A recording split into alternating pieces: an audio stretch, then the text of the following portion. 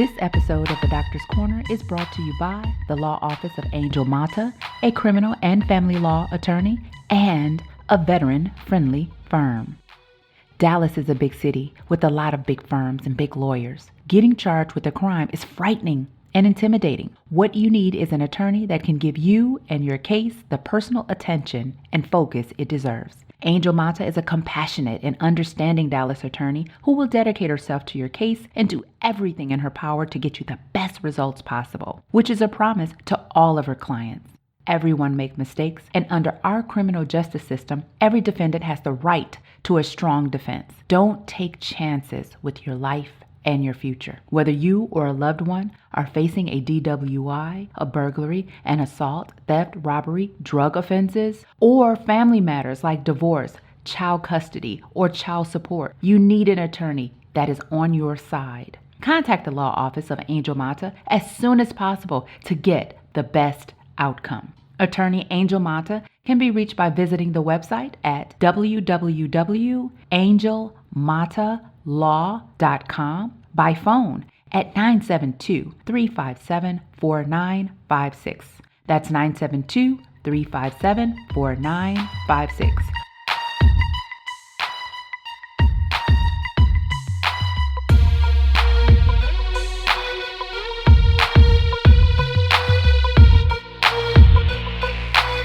Well, hello, podcast listeners, and welcome. Welcome to the Doctor's Corner, where we celebrate our veterans and encourage nationwide literacy. I am your host, Dr. K, and today is our 10th episode. So I'm hoping by now you've subscribed to the Doctor's Corner and have found each literary journey immeasurably interesting. Remember, you can find us on Facebook, Instagram, and Twitter at The Doctor's Corner, and you can subscribe to the show on Spotify, Stitcher, Radio Public, iTunes, TuneIn, Libsyn, and of course, YouTube.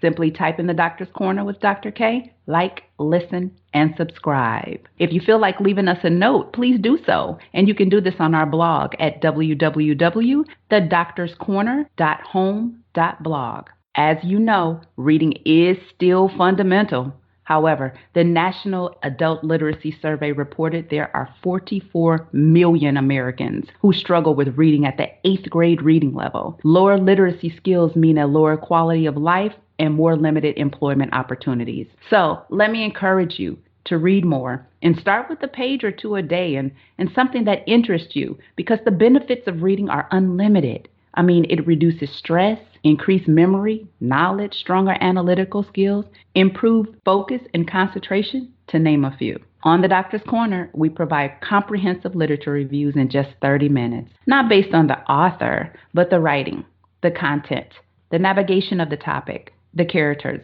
the storyline, the research, and on the facts. So today, I will offer my subjective evaluation of the featured literature compilation and conclude with a rating of either a 5-star compelling read, a 3-star average read, or a 1-star, a less than compelling read. With me today, I have United States Navy veteran and author, Saniya Solis.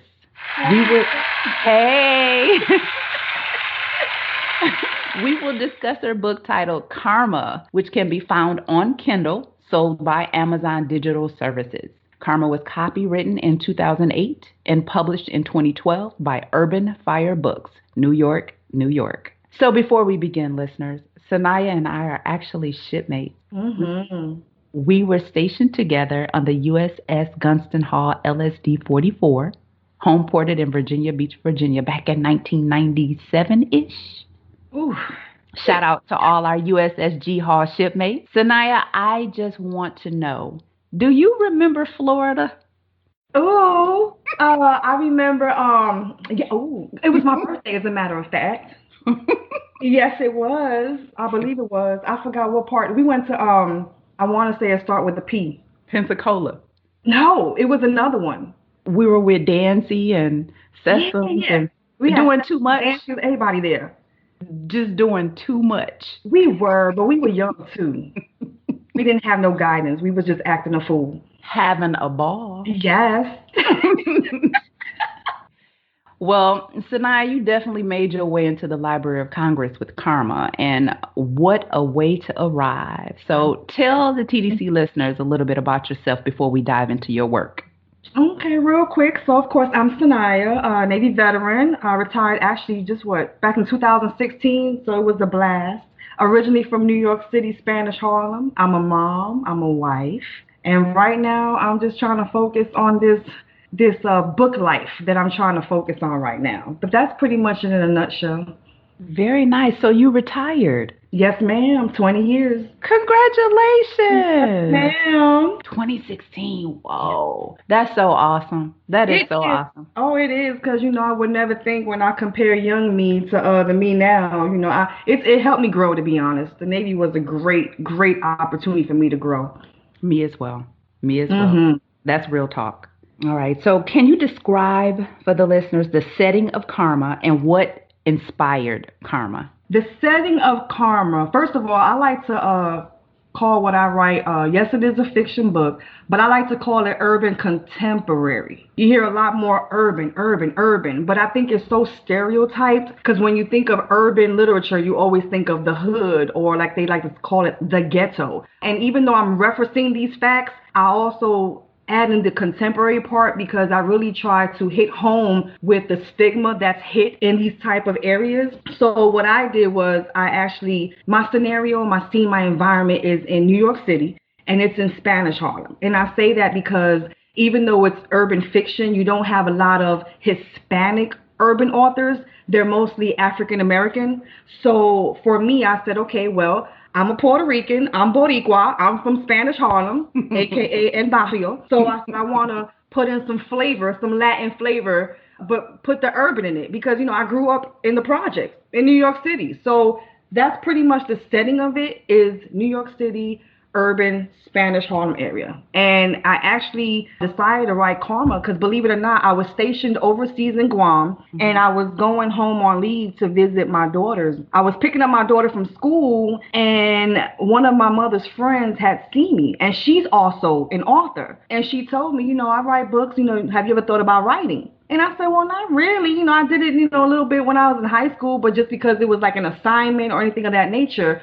But she said, well, you should try it. So I was like, oh, okay, yeah. So, we exchanged numbers. I went back to work in Guam, and she would always hit me up. Hey, have you started? What's going on? So I was like, all right, let me do this. So I started, did some research, did a little bit of networking with her and everyone else, and she introduced me to people. And that's how it got started. But again, I dragged my feet because I was overseas. And I just felt like, because of my location, Guam at that, and everyone being back home in New York, I just figured, what's the point in rushing it? Nobody's really going to stress it. But it came to be that everybody kept asking me about it. So that's what happened. And I finally finished and then got it all together and printed out the books and did a book signing back home. And it turned out great. And it was a really great experience. I met some really good authors. Wow. Congratulations. Thank you. Congratulations. How long did it take you to write it? I want to say it was between 3 to 6 months. And mostly because, like I said, I procrastinated. Not because I was scared, which I was just a little bit, but it was more because I didn't take it seriously. I just dragged my feet until they kept like saying, hey, girl, you need to get this done. What are you waiting for? It's not going to happen by you sitting not writing on the computer. So I said, okay. So let me get this started. So I think it was about 3 to 6 months, and it was done, and I got it edited, and it was good to go. And yeah, that's the story from there. Gosh, 3 to 6 months. That don't seem bad at all. It doesn't.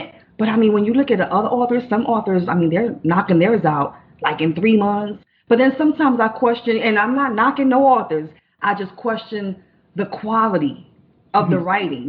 What's the essence of the book? Are you really giving your readers something to read, or are you just trying to drop all these books so you can say, oh, I got 10, 15, 20 books under my belt? Because for me, it's not about the quantity, it's about the quality. Very nice. Mm-hmm. Very nice. Your personal journey in writing Karma, is there any hidden truths within those pages? Girl, let me tell you, if you ask any author that question, I can guarantee you they are going to say there is always a little bit of truth in every book they write. Whether it's the plot, whether it's the character or the scenario, there is always a little bit of truth. Now, whether you're going to get which one is the truth, I don't know, but at least you know there's always a little bit of truth in the story. Okay. Mhm. All right. So the setting of Karma, it's in New York and it mentions actual locations like 104th and 3rd Avenue, El Barrio, Washington Projects, 110th and Lexington. Does any of these places or locations have significant meaning to you?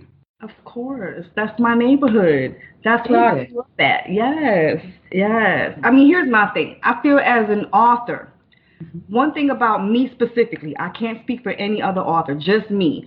My books have to come across authentic. So Sure. for me, if I'm not in the environment or if I didn't grow up in the environment, then that means I have to do what? Research. However, for this, I didn't have to because I grew up in it. I've seen the Mm, things. I've everything that goes on in the Spanish hoods, I grew up. I understand it. I lived it. So what better way to start off my first book than something that I can truly relate to? that makes sense. Mm-hmm. That makes sense. You made it real. I'll give you that. You Thank you so much. made it real. So, Sharice.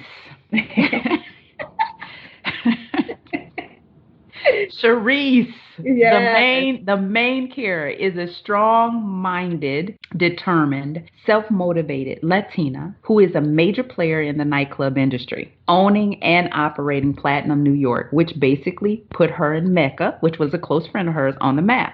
So Mm-hmm. this depiction creates strong imagery of girl power, Latina girl power. Was this your intention? And are there any Latina females in New York in the nightclub industry that help you form this character? For the last part of your question, as far as any Latina females in the New York nightclub industry, I don't know, not one. I'm not going to lie. I really don't. I just kind of based it off of, the younger Sanaya. When I used to hit the club and go to the club scenes, and things that I said, wow, if I own me a club, this is how I would love it to be, or this is how I would do it. So, I mean, that was just the realm of that portion of your question. But as far as depicting and creating a strong imagery of girl power, I'm all about that. I'm all about girl power. I don't care what color you are, how old you are. Let's all unite. Hey, sis, good job. And I think that's one of the issues that we have nowadays is that a lot of, females, what we like to call, we hate on each other. Sure. And I'm just like, why? Like, let's uplift each other. And my biggest thing, and one thing I've noticed about the book industry is that it's a lot of hating going on. Like, sometimes people don't want to help you. They don't want to network with you. And you do have others that they're all for you. They'll support you if you have a question.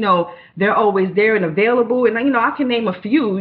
So I'm thankful for those who have opened the door and have made themselves available to me when I do reach out to them. But as far as for the character, like I said, it was just really about showing the strength of the female characters while also showing their vulnerability throughout the storyline. Yeah. Wow. Hmm. Honestly, as I was reading this book, I said, "Oh my gosh, Sharice sounds just like Sanaya."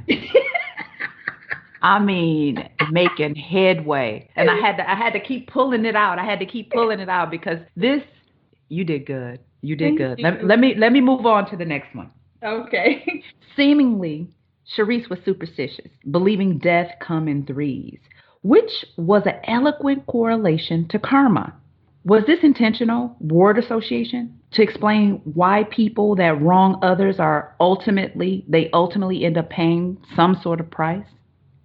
Definitely. Now, I will say this, the superstition characteristic of Sharice, that is a little bit of me. But actually, I think a lot of people are kind of superstitious. It might not be full blown, like, step on a crack, break your mother's back. But, Hmm. just things like Friday the 13th, things of that nature. Most people are like, oh, it's Friday the 13th. I think I'm going to stay home today. I think in a way, it wasn't planned as far as intertwining the concept of death comes in threes and karma. I just Hmm. think it flowed. One thing about me when I'm writing, because it is a craft, because I want to take my readers on a journey, and I have to do that by creating a movie, if you sort of say, through my Hmm. words. So the thing for me is when I'm writing, I'm looking at it as if I was sitting down watching a movie. And Yeah. that's how I go. So usually it's not always planned with my writing. I have to go with the feeling. What would I do? Or what would someone else do? Is this more realistic or is this more realistic? So I think the death of threes, I think subconsciously it linked pretty good with the title Karma, which I want to say is probably a blessing. So thank you for pointing that out. Very nice. Very nice. I mean, it was packaged nice. Thank you. I don't want to give away the well-crafted twists in Karma because it will throw you, it will throw you, it will throw you. But when you were writing out the different plots and navigating the topics, the interrelated sequences of the book, was one character meant to be more vengeful than another? Of course. And that would be my protagonist, which is who else? Charisse. Because the story, I mean, the storyline is really based on her, right? And her journey and the things that she went to because of one person. And I think a lot of us experience that in life. Now we might not act on it, but I think in our minds we're always like, if I had the chance, I would do this. So, everybody go through those emotional roller coasters of being wronged and wanting to right a wrong or revenge or any feeling that you can think of. We've all been there because we're human and we're not perfect. So the thing with Sharice was I wanted to make sure that she was able to get, if you want to call her justice in her way. Man, Mm-hmm. man, I'm like, pass the plate. Pass the plate. When you say that it's always somebody that will deviate something in your life and you want to get back at them, Right. boy, that's real There's no talk right stopping there. it. Yeah, there's no stopping it. That's And everybody's revenge is always different because revenge doesn't always have to be so dirty or so grimy. Revenge could be just as simple as being successful. You're You right. understand what I'm saying? So, but in my book, I really wanted to kind of just take it over the top just a little bit in each of her revengeful plots and how she wanted to get at everybody. Well, I know one thing. When I got out of the military and went back to my hometown, which is probably one of the number one racist, segregated cities on the map, it was recently featured on CNN by, I believe he's an author or entertainer or stand up comic as well, Camus, last name Kamau. He highlighted a piece on CNN called United Shades of America, and he featured Milwaukee. And in Milwaukee, when I got out of the military, when I tell you there was a deviation in my life, and you're right, success is probably Yes. the best revenge because Yes. I'm sure the individuals that wronged me in Milwaukee didn't expect for me to be where I am. So in Exactly. in my case, would I have loved to put her in Lisa's shoes? Right. Absolutely. Absolutely. Yes. Man, but Lisa got it bad. So in that, do you think Lisa got what she deserved or was Sharice and Jade doing too much? I think I was trying to make a statement to Lisa. And I say that because, you know, the most deadliest weapon is your mouth. You understand what I'm saying? The things that come out your mouth can do a lot of harm, but it can also be powerful and do a lot of good. So, how they say, they always have different sayings, a closed mouth don't get fed, or, don't speak of what you hear, secrets, keep the secrets to yourself, even though you might not be friends anymore. And I think what I was trying to show was that, when you open your mouth, be careful what you get in return. Man. Mm-hmm. Man. Girl. So it might have been a little too much, but I was really trying to make a statement there because not everything needs to be said. I almost felt sorry for Lisa. Don't feel sorry. Sure. Mm-mm. I was like, wait a minute, male lady. Wait a minute. Male lady, fall back. Fall back, male lady. I mean, I almost felt sorry for Lisa. All right. You did that. Yeah, I appreciate So, it.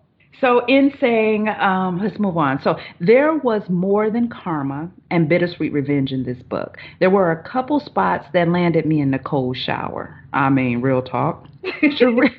Sharice's true love, who I conclude was Marcus, had some really steamy scenes, and like every relationship, bumps and bruises along the way. Do you think many of your readers can or will relate to Sharice and Marcus at any stage in their relationship you wrote about? Definitely, without a doubt. I mean, when it comes to matters of the heart, that one classic song is no lie. There's a thin line between love and hate. I think each of us at one point in our lives have felt such a strong connection to someone, so much love for someone, and that's where we claim them to be our soulmate. And unfortunately, whether it's due to timing or other variables, whether that be people or, places, whatever the nature may be, sometimes the relationship doesn't work out. And for one person, I mean, it can feel like your whole world has come to an end. And there's nothing worse than when you know that you want to be with someone and you will do whatever it takes to show them, because sometimes when it comes to love, sometimes we do have to show it, whether it's through our words, our actions. But when you're not given that opportunity, especially because of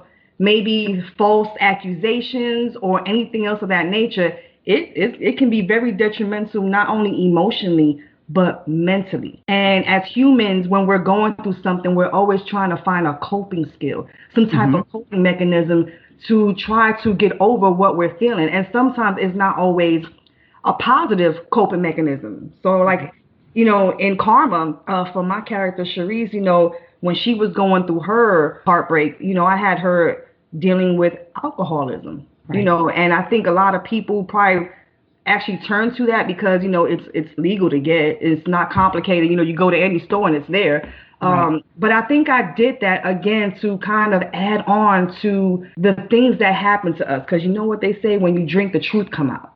Or when you drink, and that's when you really start to really get deep in your thoughts and deep in your emotions, but at the same time you're able to let it go, as far as letting it all out and release it. And I think all of us have been through that heartache where we just feel like it's over, like it's the end of the world, because that's just how we feel at that moment, and it really does take time, and everybody's different. And that's kind of what I wanted everyone to get from Cherise. I wanted them to kind of go through that roller coaster that she was on with, being hurt, feeling betrayed, getting mad, wanting to get even, trying to, overcome everything. And relationships will test you. It will really test how you feel, really, at the end of the day, about yourself.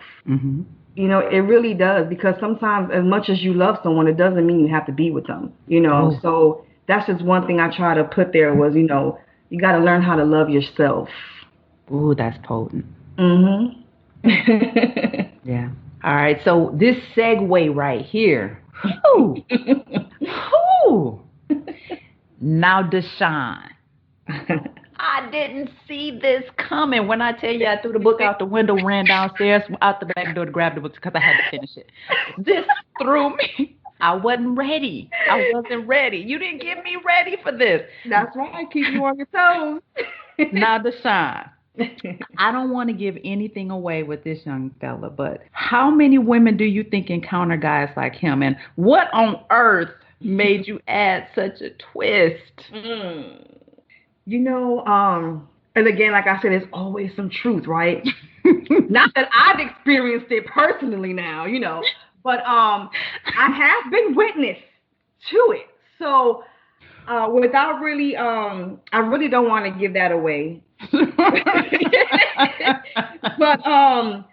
I will say this, you always think that you know someone, but one thing we fail to sometimes realize is that people show you what they only want you to see.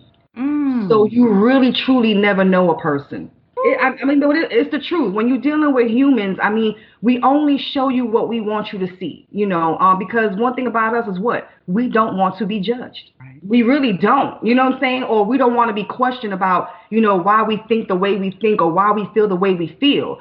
So when I put this little twist in there, one, it was kind of to make it a little juicy and a little bit more drama, but because I have seen it, it's sad because in today's society with so much things going on, sometimes people who are living in lies, they're hurting the people who are blind to their lies, if that makes any sense. It makes sense. Mm-hmm. It definitely makes sense. Wow. So if you were to pick two characters from Karma, because we all kind of have like alter egos, you got Beyonce and Sasha. Right. So if you were to pick two characters from Karma, who would you say you are most like? Well, this is an easy question. Definitely Cherise. Okay. And I say that because, have I been through emotional turmoils? Of course. But have I overcome them? Definitely. Did it take time? Of course. Was it a growing experience? Definitely. And I think all of us have experienced that. And that's one thing that I can definitely say I like about Sharice is that she's just human, like you and I. Mm-hmm. You know, nothing special, just a regular girl just trying to live her life. And when things just hitting her everywhere and she's just trying to figure out, why am I going through this? Like, what is my purpose? You know, I'm sick and tired of being sick and tired. Right. But in the long run, you know, she came up strong. And then I will also say I'm Jade, because Jade was the loyal friend. Mm-hmm. And, you know, I am so adamant about loyalty nowadays, from, you know, personal relationships and professional relationships. And I think a lot of people lack loyalty. Tell me about it. So, yeah. So, one thing about me is I'm loyal to the end. If you tell me something, it's coming with me 6 feet deep, even if I don't talk to you no more. Because I think one thing is, you know, when we tell people our inner secrets, because at the time we feel like that's our best friend, that's my sis, you know, or that's my bro, or whatever the case may be, you know, you would just hope that if it ever goes sour, that all the intimate details that y'all shared together remains like that. And that's one thing I try to make Jade in the book. She was the friend who was there through thick and thin. Yeah. Because we rarely get that. And when we do find that, I mean, it's very rare, but it's special. And I would say for anyone who has that, appreciate it for what it is. Absolutely. I like it. So tell us, are you still writing or are you working on your next book? Yes, I am. I'm currently working on one book. I don't even want to tell you what happened. Oh, wow. So, make a long story short, I am working on another book, and I've titled that East River Secret. Very different from this novel because I don't like to limit myself as far as my writing style. But of course, when you have little ones, things happen in the household, and spilled some water on my computer. So I was like, that's like an author's worst nightmare is, oh my God, the computer is no longer working. So yeah, I'm letting it dry out and hoping that I can retrieve those files at home. If not, I'm going to have to take it to the shop to see if they can save it so that I can finish the book. And then I also have another book that I'm working on. Title is not known yet, but that one there will be mostly about relationships. I do like to delve into relationships, especially when you're talking about, personal relationships, because it's dealing with matters of the heart and it's dealing with the mental issues that we deal with when we're dealing with relationships, because everybody always focuses on the heart, love, heart, love, but it's just so much more to it than just the emotional. It's really your mental capacity and the mental ability and how it affects you mentally. Sure. I think it affects you mentally more than it does emotionally at times. That's what I want to focus on that book. Don't know a title yet though, but I'm working on it. Okay, so tell us again, East River Secret. East River Secret is the next book coming out. This book we're discussing is called Karma. Can you share with the listeners where they can find your book, purchase your book, reach out to you? Go for it. I am a Facebook fanatic, believe it or not. I prefer Facebook over any other of the social media sites. Don't ask me why, it's just a preference. I think it's a little bit more personal. So you can reach me at Facebook at author Saniya Solis. And then you can also purchase the book at amazon.com/author/Saniya Solis. You can also purchase it on Facebook on my Facebook page as well. Saniya, thank you so much for joining us today and sharing with us a little bit of you in Karma. I appreciate the opportunity. It was a blessing to talk to you. In closing, listeners, I will be honest. Karma was not a book that was on my radar to review. And initially, I chose to read the book because Saniya Solis is my shipmate, who is a well-deserved military member who I was stationed with that found success and excelled as an author.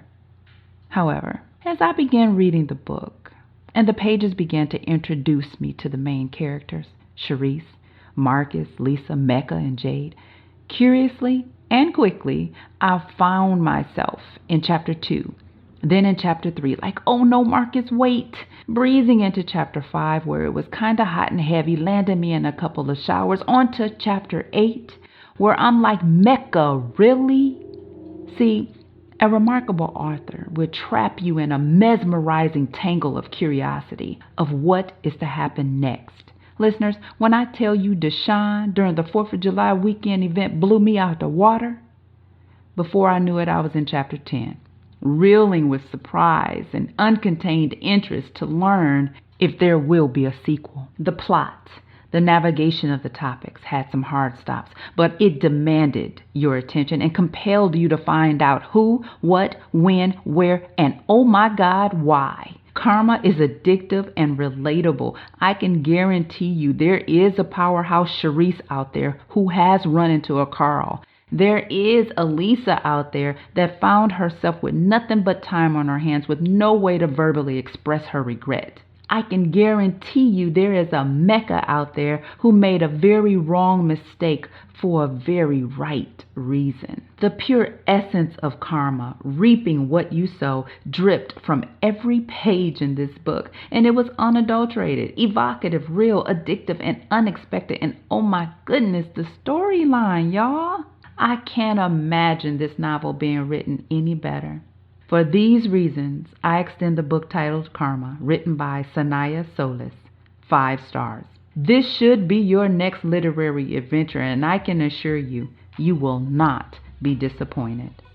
Thank you. Thank you, listeners, for tuning in to this episode of The Doctor's Corner. And remember, you can find us on Facebook, Instagram, and Twitter at The Doctor's Corner. And you can subscribe to the show on Spotify, Stitcher, Radio Public, iTunes, TuneIn, Libsyn, and of course, YouTube. Simply type in The Doctor's Corner with Dr. K, like, listen, and subscribe.